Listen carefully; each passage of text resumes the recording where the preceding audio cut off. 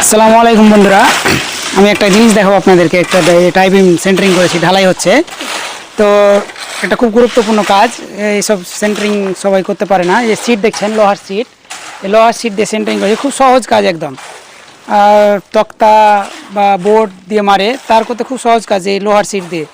লোহার সিট একটা ঘর ঘর মার্কিং করা থাকে, সে মার্কিং অনুযায়ী একটা মেপে যদি একটু দিয়ে সেট করে নেওয়া যায়। ছোটো ছোটো তক্তা খাই, তক্তাটা কোনা মেরে দিলে বাস হয়ে গেল। তো তক্তাটা মারার পরে এমনি শার্ট খাড়ো করে দিলেই খুব তাড়াতাড়ি কিন্তু সেন্টারিং কমপ্লিট হয়ে যায়। আর এই যে রড দেখতে পাচ্ছেন, রড দিয়ে দুদিকে টানা মেরে তারে মুড়িয়ে দিলে হয়ে যাবে। মাঝখানে একটা রড লাগবে। তো রডটা দেখাচ্ছি কীভাবে রড দেওয়া আছে। 9 ইঞ্চি বিম, তো 9 ইঞ্চির বিমের ভিতরে দেখুন এখানে রড একটা কেটে ভরা আছে। এই রডটা কেটে ভরে দিয়ে তারপরে এই যে তারের টানাটা মারা আছে, দুদিকে রড মেরে তারের টানাটা দিয়ে টাইট করে দেওয়া হয়েছে।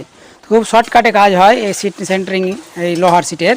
তো অনেকে বড় বড় মিস্ত্রি আছে, অনেকে ভাবে যে না লোহার সিট দিয়ে কীভাবে সেন্টারিং করবো, কীভাবে করতে পারবো কি পারবো না, এটা অনেক রকমের ভয় থাকে।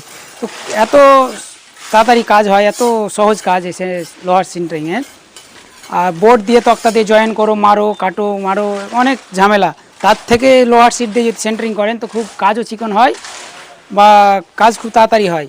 তো আমাদের সাইডে আমরা লোহার সিট দিয়ে মারি, তো আপনাদের সাইডে কী দিয়ে মারেন অবশ্যই কমেন্টে জানাবেন।